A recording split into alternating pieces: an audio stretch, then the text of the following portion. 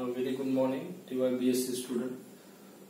Today we are going to discuss about new unit, unit number 5, glass transition temperature, and it is abbreviated as TG.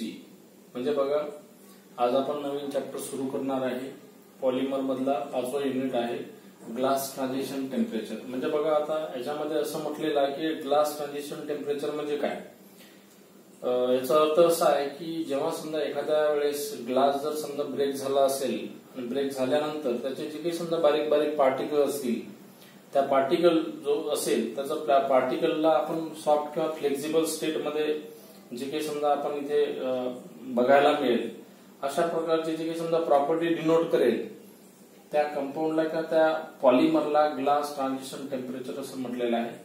म्हणजे त्याची जी काही समजा महत्वाची म्हणजे properties आहे ते प्रॉपर्टी म्हणजे जे काही समजा त्याला आपण असं कन्सिडर करू, it is amorphous in nature और it is semi solid type compound और semi crystalline compound. Sorry, amorphous not amorphous, it is semi crystalline type compound. म्हणजे बघा, तो जो समजा कंपाउंड असेल सेमी सॉलिड किंवा सेमी क्रिस्टलाइन टाइप जो काही समजा कंपाउंड असेल त्याला ग्लास ट्रान्झिशन टेम्परेचर असं म्हटलेलं आहे. तर बघा, पुढे बघा काय म्हणते की glass transition temperature it is an important properties और important polymers it is useful in industries. म्हणजे बघा, हा जो समजा पॉलिमर आहे त्याचे काही समजा महत्वाचे प्रॉपर्टी आहे, तो म्हणजे इंडस्ट्रियली अतिशय समजा महत्वाचा रोल त्याचा आहे कशामध्ये, इंडस्ट्रीजमध्ये. त्याच्यानंतर बघा पुढे काय म्हटलेलं आहे, it shows different types of properties or it is useful or processing for polymer in industries. म्हणजे आता तुम्हाला सांगितलं की अतिशय समजा महत्वाचा रोल तो इंडस्ट्रीमध्ये करत असतो किंवा इंडस्ट्रीमध्ये जास्तीत जास्त प्रमाणात त्याचं म्हणजे युटिलायझेशन केलं जाते. त्याच्यानंतर बघा अजून काय म्हटलेलं आहे, त्याची डेफिनेशन बघू आपण की नेमकं जे काही समजा ग्लास ट्रान्झिशन स्टेट टेम्परेचर म्हणजे इट इज अब्रिव्हिएटेड TG म्हणजे नेमकं काय. तर बघा असं म्हटलेलं आहे की glass transition temperature it is a temperature boundary above which polymer it is a soft and hard and flexible state. And काय flexible state it is below and it is below the काय hard and brittle state असं म्हटलेलं आहे. म्हणजे बघा, जो काही समजा एखादा कंपाऊंड असेल म्हणजे त्याला असं म्हटलेलं आहे की ग्लास ट्रान्झिशन टेम्परेचर म्हणजे जो काही समजा असा कंपाऊंड असेल बिलो द टेम्परेचर असं म्हटलेलं आहे soft and flexible state. Soft आणि फ्लेक्झिबल स्टेट मध्ये असेल तर त्याला विस्को इलास्टिक रबर सुद्धा असं म्हटलेलं आहे. अशा स्टेटमध्ये असेल तर त्याच्यानंतर त्या कंपाऊंडला हार्ड ब्रिटल स्टेट असं सुद्धा म्हटलेलं आहे. It is denoted by TG. म्हणजे अशा प्रकारचा कंपाऊंड असेल पॉलिमर असेल तर त्याला ग्लासी स्टेट असं म्हटलेलं आहे. त्याच्यानंतर त्याचं एक्झाम्पल दिलं आहे की रबर बॉल म्हणजे याची जे काही ट्रान्झिशन स्टेट आहे ते ग्लास ट्रान्झिशन स्टेट मध्ये रबर बॉल सुद्धा काय होतो याच्यामध्ये इन्व्हॉल्व्ह होतो. आणि जे काही समजा याची महत्वाची प्रॉपर्टी आहे की it is heated on 70 degree Celsius. म्हणजे आपण त्या म्हणजे ग्लासला जवळपास 70 डिग्री सेल्सिअसला काय करू शकतो, हिट करू शकतो. आणि पुढे अजून काय म्हटलेलं आहे बघा, it is highly viscous in liquid. म्हणजे हा जो समजा कंपाऊंड आहे हा लिक्विड फॉर्म मध्ये असेल दॅट इज कॉल्ड एज काय विस्को फ्लुइड स्टेट. त्याला काय म्हटलेलं आहे विस्को फ्लुइड स्टेट. त्याच्यानंतर बघा अजून काय म्हटलेलं आहे की glass transition temperature of some common polymer. आता बघा, जे काही समजा पॉलिमर असेल, जे काही समजा ग्लास असेल त्याचे जे काही समजा पर्टिक्युलर ट्रान्झिशन स्टेट असेल ते ट्रान्झिशन स्टेट म्हणजेच काय, तो पर्टिक्युलर टेम्परेचरला पर्टिक्युलर जे काही समजा त्याचं म्हणजे ग्लास असेल ते आपण इथे काय करू शकतो, त्याचे पॅरामीटर्स बघू शकतो की कुठला समजा ग्लास हिट केल्यानंतर त्याचे काही जे काही रिक्वायरमेंट असेल ते रिक्वायरमेंटला तो काय असू शकतो, त्याचे जे काही समजा काय म्हणू आपण त्याला ग्लास ट्रान्झिशन स्टेट किंवा टेम्परेचर असेल असं आपण ते कन्सिडर करू शकतो. तर बघा काही एक्झाम्पल दिलेलं आहे की बघा आता इथे आपण पॉलिमर घेतलेला आहे, त्याच्यानंतर इथे ग्लास ट्रान्झिशन स्टेट असं म्हटलेलं आहे डिग्री सेल्सिअस. म्हणजे बघा एखादा समजा इथे एक्झाम्पल बरेच दिलेलं आहे, आपण जवळपास 2-4 एक्झाम्पल इथे आपण स्टडी करू.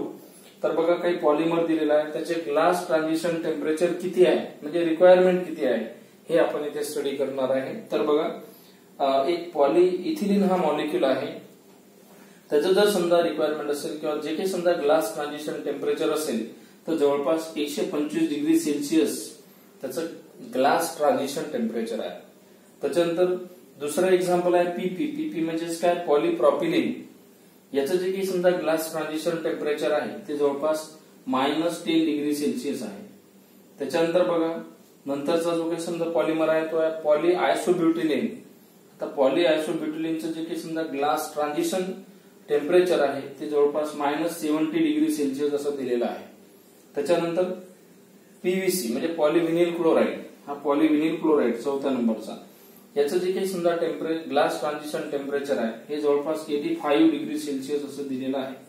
त्याच्यानंतर अजून बघा अजून एक पॉलिमर आलेला पीएस म्हणजे पॉलिस्टायरीन. कालच आपण याची स्टडी केली आहे. पॉलिस्टायरीन कसं प्रिपेअर करता, याचं मेकॅनिझम, त्याचे प्रॉपर्टीज काय, त्याच्यामध्ये आपण टेम्परेचरही बघितलेलं असेल.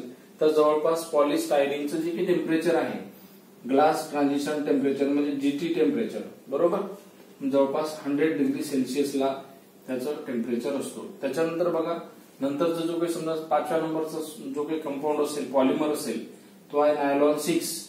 त्याचं जे काही टेम्परेचर आहे ग्लास ट्रान्झिशन टेम्परेचर हे जवळपास 50 डिग्री सेल्सिअस आहे. तर बघा याच्यावरून असं लक्षात आलं असेल की जे काही समजा पॉलिमर असतील त्याचे सुद्धा काही जरी रिक्वायरमेंट असेल, काही जे काही समजा टेम्परेचरला ते त्याचं कन्व्हर्शन होत राहतो. जर समजा आपण जास्त म्हणजे हीट प्रोव्हाइड केलं तर पर्टिक्युलर टेम्परेचरला तो काय होतो, मेल्ट होतो. अशा प्रकारचं समजा वेगवेगळ्या जे काही समजा पॉलिमर असतील त्याचं प्रत्येकाचं वेगवेगळी प्रॉपर्टीज आहे. केमिकल प्रोसेस वेगळी आहे, केमिकल प्रॉपर्टी वेगवेगळी आहे. तर हे तुम्हाला इथे बघायला मिळेल.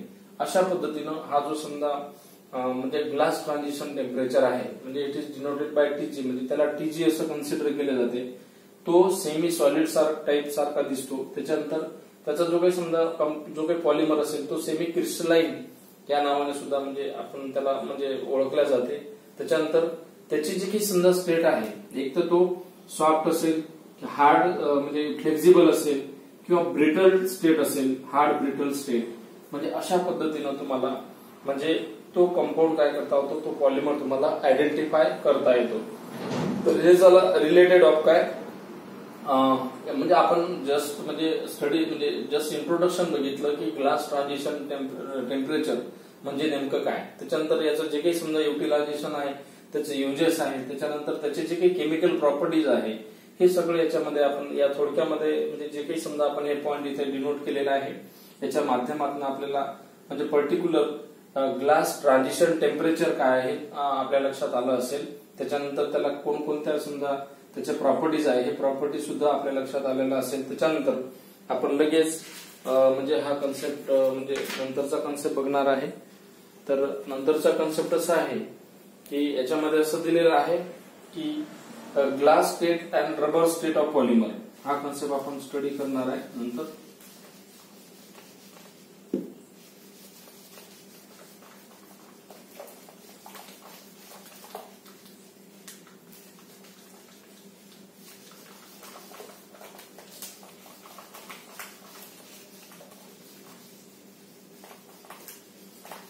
नंतरच्या कन्सेप्टचं नाव आहे ग्लासी स्टेट अँड रबरी स्टेट ऑफ पॉलिमर. नंतरचं कन्सेप्ट आहे ग्लासी स्टेट अँड काय म्हटलेलं आहे रबरी स्टेट ऑफ पॉलिमर्स. म्हणजे बघा हा कन्सेप्ट आपण आता डिस्कस करणार आहे. तर याच्यामध्ये काय म्हटलेलं आहे बघा की हा जो समजा कंपाऊंड आहे म्हणजे it is low molecular weight ordinary compound. म्हणजे हा जो समजा कंपाऊंड आहे ग्लासी स्टेट मधला रबरी स्टेट जो काही पॉलिमर आहे त्याच्यामध्ये असं म्हटलेलं आहे की it is low molecular weight म्हणजे या मॉलिक्युलचं जे काही वेट असेल it is low molecular weight म्हणजे एमडब्ल्यू म्हणजे मॉलिक्युलर वेट. म्हणजे बघा या कंपाऊंडचं जे काही समजा वेट आहे तो कशा पद्धतीचा आहे, जास्त प्रमाणात नाही आहे, कमी प्रमाणात आहे. त्याच्यानंतर इट इज नॉन पॉलिमर म्हणजे यालाच काय म्हटलेलं आहे नॉन पॉलिमर. जर समजा त्या पॉलिमरचं वेट कमी असेल तर त्याला नॉन पॉलिमर असं कन्सिडर केलं जाते. त्याच्यानंतर बघा it is three physical state, म्हणजे बघा हा जो समजा कंपाऊंड आहे याचे 3 फिजिकल प्रॉपर्टी आहे. म्हणजे बघा इट इज 3 फिजिकल स्टेट किंवा प्रॉपर्टी असं कन्सिडर करू. आता 3 फिजिकल स्टेट म्हणजे पहिली जी काही स्टेट असेल एक तर लिक्विड असेल, दुसरी जी स्टेट असेल सॉलिड असेल, तिसरी जी स्टेट असेल ते गॅस असेल. अशा प्रकारे जे काही समजा 3 जे फिजिकल स्टेट आहे ते 3 फिजिकल स्टेट म्हणजे सॉलिड, लिक्विड और gases it's having glossy state और रबरी स्टेट. म्हणजे हा जो समजा कंपाऊंड आहे पॉलिमर आहे ह्या 3 स्टेट मध्ये तुम्हाला इथे काय करायला मिळेल, स्टडी करायला मिळेल. त्याच्यानंतर असं म्हटलेलं आहे की however polymer exist in 2 physical state. म्हणजे याच्यामधला जे काही समजा पॉलिमर असेल इट इज 2 फिजिकल स्टेट म्हटलेलं आहे. आता 2 कोणकोणत्या समजा फिजिकल स्टेट आहे, एक त्याच्यातली एक आहे की काही पॉलिमर जे आहे आपण इथे असं कन्सिडर करू की सम पॉलिमर्स हॅव्हिंग 2 फिजिकल स्टेट.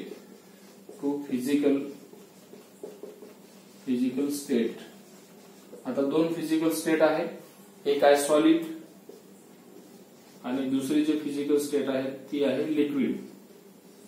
म्हणजे बघा काही जे काही समजा असे पॉलिमर आपल्याला समजा स्टडी करायला मिळेल की त्याच्यामध्ये 3 स्टेट बघायला मिळेल, सॉलिड मिळेल, लिक्विड मिळेल, गॅस मिळेल. आणि समवन म्हणजे काही जे काही समजा जे पॉलिमर्स असतील ते पॉलिमर 2 स्टेट मध्ये तुम्हाला बघायला मिळेल, एक आहे सॉलिड आणि दुसरी आहे लिक्विड. अशा पद्धतीने समजा हे जे समजा काही पॉलिमर आहे हे पॉलिमर तुम्हाला म्हणजे डिटेक्ट करायला मिळेल की what is the basic property of that particular polymers. There are different of polymers. Someone is solid, liquid and gases, and someone is solid or liquid. अशा प्रकारच्या वेगवेगळ्या प्रॉपर्टी तुम्हाला स्टडी करायला मिळेल. त्याच्यानंतर बघा नंतरचं कन्सेप्ट असं आहे, त्याच्यानंतर आपण नेक्स्ट कन्सेप्ट कडे वळू. त्या कन्सेप्ट मध्ये काय दिलेलं आहे बघा, म्हणजे is overall about related of glass transition temperature. म्हणजे आपण हे जे सगळं स्टडी करणार आहे ते स्टडी फक्त ग्लास ट्रान्झिशन टेम्परेचरच्या माध्यमातून आपण सगळं स्टडी करत आहे. तर बघा पहिलं जे काही समजा याच्यामध्ये असं दिलेलं आहे, it state that polymers are based on segment motion and molecular motion. म्हणजे बघा काही सिगमेंट मोशन आहे, काही मॉलिक्युलर मोशन आहे. म्हणजे मॉलिक्युलच्या वेगवेगळ्या प्रकारच्या मोशन्स असतात, ते मोशन आपण कोणकोणत्या मोशन्स आहे हे आपल्याला इथे बघायचे आहे. इथे आपण असं कन्सिडर करू की मॉलिक्युलर मोशन्स और सिगमेंटल मोशन्स. म्हणजे काही मॉलिक्युलचे जे काही समजा वेगवेगळ्या म्हणजे मोशन्स आहे, हे मोशन सुद्धा आपल्याला इथे डिटेक्ट करायला मिळेल, स्टडी करायला मिळेल. तर बघा पहिली जी काही समजा मोशन्स आहे ही मोशन्स आपण इथे स्टडी करू. ग्लासी स्टेट म्हटलेलं आहे, हे पहिलं मोशन आहे ग्लासी स्टेट. आता तुम्हाला माहित आहे की ग्लासी स्टेट म्हणजे आपण जनरली कशाचं स्टडी करत आहे, या ग्लासचं स्टडी करत आहे. तर बघा ग्लासी स्टेट म्हणजे नेमकं याच्यामध्ये याचे की जे काही समजा प्रॉपर्टीज असेल, जे काही समजा हा पॉलिमर आहे कशा प्रकारचा असेल हे आपल्याला इथे काय करायचं, स्टडी करायचं. तर बघा ग्लासी स्टेट मध्ये असं म्हटलेलं आहे की इट स्टेट ऑफ पॉलिमर्स म्हणजे हा जो समजा पॉलिमर आहे in which there is neither segment or neither molecular motion. म्हणजे या ग्लासी स्टेट मध्ये हे दोन्ही मोशन्स नाही आहे, मॉलिक्युलर मोशन सुद्धा नाही आहे आणि सिगमेंटेशन जे काही सिगमेंटल जे काही मोशन्स आहे हे नाही आहे. म्हणजे it state of polymer it is neither segment motion or neither molecular motion. म्हणजे आपण असं कन्सिडर करू पॉलिमर which there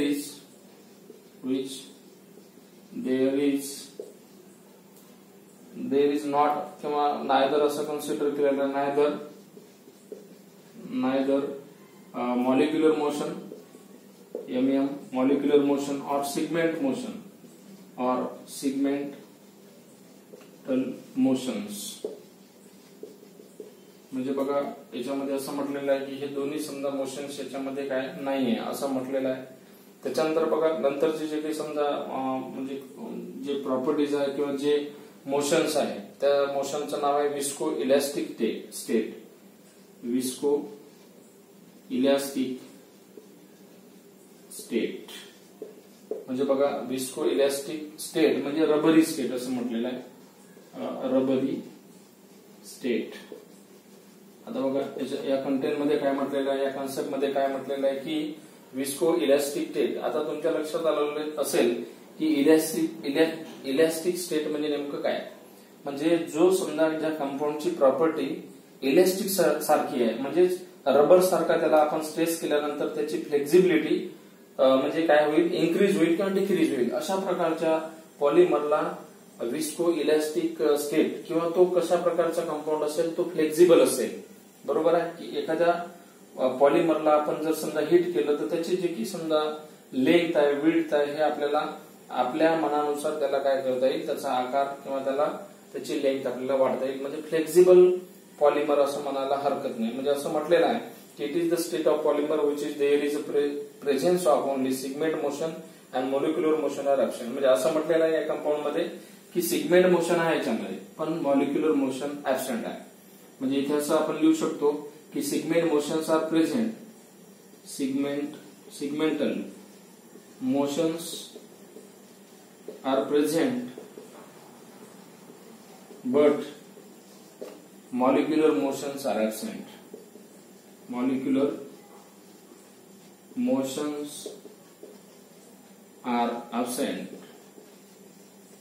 म्हणजे अशा प्रकारचा फ्लेक्झिबल जर समजा स्टेट असेल किंवा अशा प्रकारचा पॉलिमर असेल तर त्याच्यामध्ये फक्त सिगमेंट मोशन्सच वर्क करते आणि मॉलिक्युलर मोशन ज्याच्यामध्ये काय ऍब्सेंट आहे. त्याच्यानंतरचा कॉन्सेप्ट असा आहे विस्को फ्लुइड स्टेट.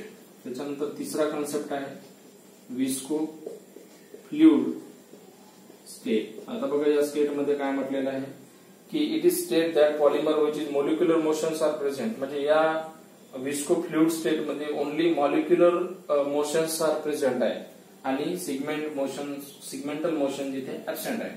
म्हणजे आपण इथे लिहायला हरकत नाही की मॉलिक्युलर मोशन आर प्रेझेंट असं आपल्याला लिहायला हरकत नाही. म्हणजे अशा प्रकारच्या स्टेटमध्ये only one motions are reactive असं म्हणायला हरकत नाही. त्याच्यानंतर बघा ग्लास ट्रान्झिशन टेम्परेचर म्हणजे हा एक कन्सेप्ट आहे. तर बघा ग्लासी स्टेट अँड रबरी स्टेट मध्ये हे तीन प्रकारचे जे काही समजा कंटेन आहे. एक ग्लासी स्टेट म्हणजे देअर इज काय which is neither segment motion or molecular motion. त्याच्यानंतर दुसरा कॉन्सेप्ट आहे विस्को इलॅस्टिक स्टेट किंवा रबरी स्टेट. म्हणजे अशा प्रकारच्या फ्लेक्झिबल जे काही समजा पॉलिमर असेल segment motion are present, molecular motion are absent. म्हणजे बघा अशा प्रकारची कंडिशन याच्यामध्ये स्टडी करायला मिळेल.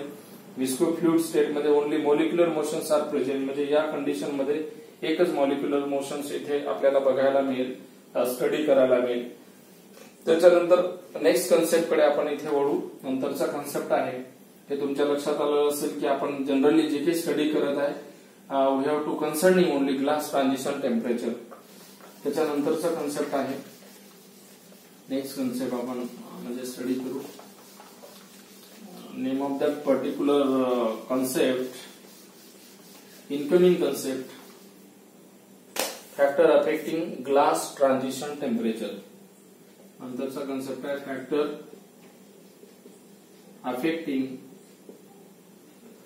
Affecting glass transition glass transition temperature. बघा कोणकोणते फॅक्टर ग्लास ट्रान्झिशन टेम्परेचर साठी अफेक्ट होईल हे फॅक्टर आपल्याला काय करायचं इथे स्टडी करायचं आहे. तर बघा पहिले असं म्हटलेलं आहे की ऍट ए पर्टिक्युलर टेम्परेचर म्हणजे room temperature polymer may be in glassy state. म्हणजे पहिलं जे काही समजा फॅक्टर आहे असं कन्सिडर करू की इट इज ग्लासी स्टेट. म्हणजे तो ग्लासी स्टेट म्हणजे असणं अतिशय गरजेचं आहे, ग्लासी स्टेट. त्याच्यानंतर बघा काय म्हटलेलं आहे पुढे are in visco fluid state किंवा are in visco fluid state. म्हणजे बघा अजून बघा पुढे काय म्हटलेलं आहे की प्रेझेन्स ऑर ऍब्सेन्स, हे तर प्रेझेंट असेल किंवा ऍब्सेंट असेल, प्रेझेंट ऑर ऍब्सेन्स, ऍब्सेंट लिहू आपण absence, glassy state of segment motion and molecular motion decided whether glass transition temperature. म्हणजे बघा याच्यामध्ये सिगमेंट मोशन आहे की मॉलिक्युलर मोशन आहे हे कशाच्या बेसिसवर डिटेक्ट करता येईल, ग्लास ट्रान्झिशन टेम्परेचरच्या बेसिसवर हे डिटेक्ट करता येईल. वेदर काय मॉलिक्युलर मोशन और दुसरं कोणतं होतं, मॉलिक्युलर मोशन नंतर सिगमेंटल मोशन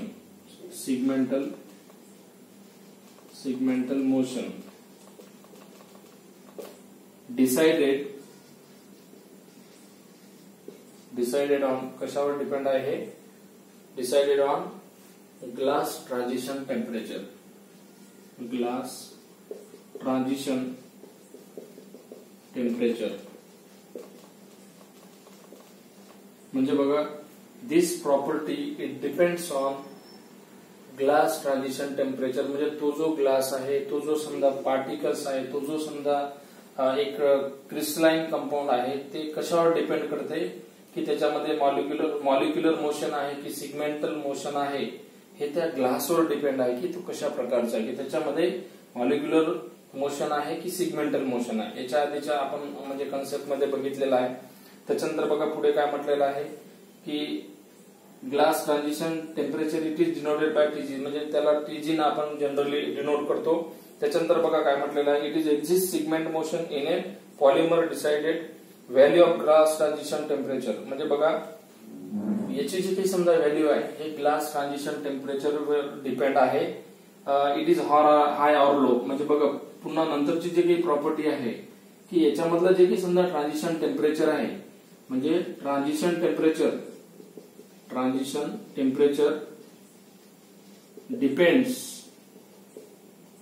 डिपेंड्स ऑन काय म्हणू आपण त्याला, टेम्परेचर हाय ऑर लो. म्हणजे temperature high or low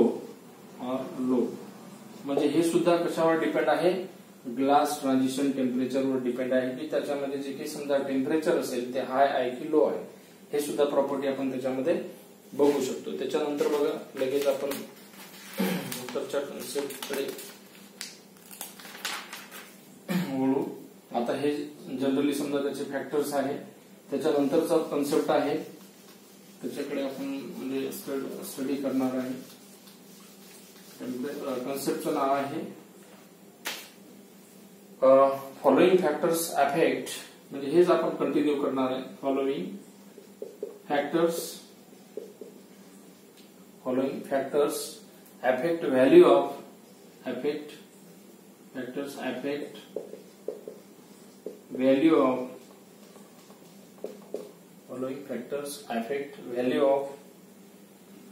glass transition temperature polymer. Glass transition temperature glass transition temperature काय पॉलिमर्स. म्हणजे बघा या कन्सेप्ट मध्ये काय म्हटलेलं आहे की following factors affect value of glass transition temperature of polymer. म्हणजे बघा ते कोणकोणते असे फॅक्टर आहे की depends of that value of particular glass transition temperature, म्हणजे कशा प्रकारचं म्हणजे त्याच्यामध्ये व्हॅल्यू आहे हे आपण इथे अफेक्ट करतात ते आपण इथे डिस्कस करणार आहे. तर पहिलं जे काही समजा कन्सेप्ट आहे किंवा जे काही ट्रान्झिशन स्टेट मधलं जे काही समजा फॅक्टर आहे, this factor some factors it will be involved for some different types of glass transition temperature polymer depends on that particular value, how much more factors are depend on that particular glass transition temperature. म्हणजे बघा काही जे काही समजा factors आहे हे depend करते त्याच्या व्हॅल्यू डिपेंड करते, कशा पद्धतीनं डिपेंड करते किंवा कशा पद्धतीनं ते फॉलो करते, अफेक्ट होते, हे आपल्याला इथे स्टडी करायचं. तर पहिलं जे काही समजा फॅक्टर आहे तो फॅक्टर आहे geometry of polymer.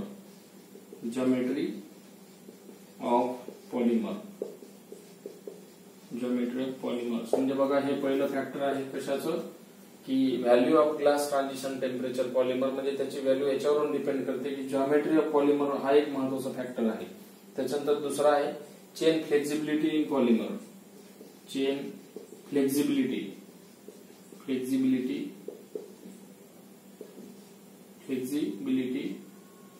Of polymers म्हणजे बघा त्या मॉलिक्यूल मध्ये किंवा पॉलिमर मध्ये चेन फ्लेक्झिबिलिटी कशा पद्धतीने याच्यावर सुद्धा म्हणजे त्या ग्लास ट्रान्झिशन टेम्परेचरची व्हॅल्यू डिटेक्ट करता येते. त्याच्यानंतरचं जे काही समजा फॅक्टर आहे पोलॅरिटी ऑफ द